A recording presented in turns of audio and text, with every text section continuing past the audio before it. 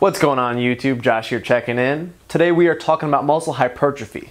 As far as muscle hypertrophy goes, one of the age-old questions is how much should you rest?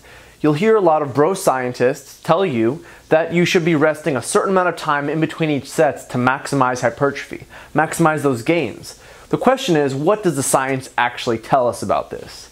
Fortunately, we have an answer. There was a recent review article by two guys, one of which you probably know of, Brad Schoenfeld, and another fellow whose name is Menno Henelsman.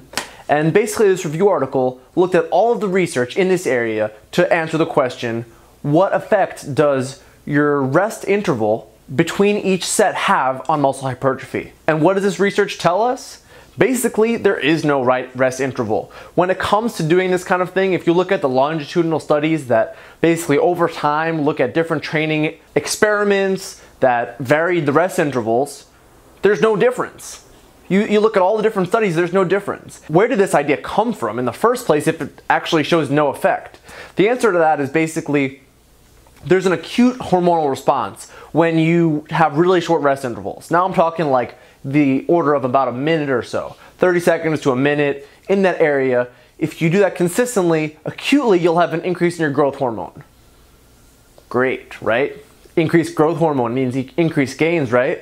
Well, theoretically, that's what the thought was. As it turns out, that's not really the case. Now, why would that be? Basically, I'm sure everybody can relate to this. If you cut your rest intervals too short because you're rushed or whatever the case may be, you just fatigue really easily. You're just not able to do the same amount of work that you would have normally, right? And we all know that volume of your training is likely the most important contributor to your hypertrophy, to your gains, right? So if you're doing something that will, in the end, decrease the total amount of work that you're able to do because you fatigue out earlier, you basically burn out by not giving your body enough time to recuperate, as a result of that, obviously, you're not going to be able to make the same kind of gains. It kind of makes sense, right? Now, on another side of things, another, potential hypothesis of why short rest intervals might be good is because it causes more muscle damage, right? And everybody knows you have to damage your muscles in order to build them up again.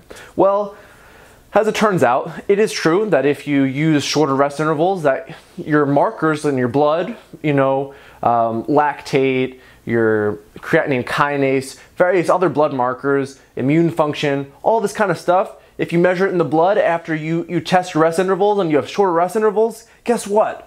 You have increased muscle damage. But it doesn't correlate to increased hypertrophy.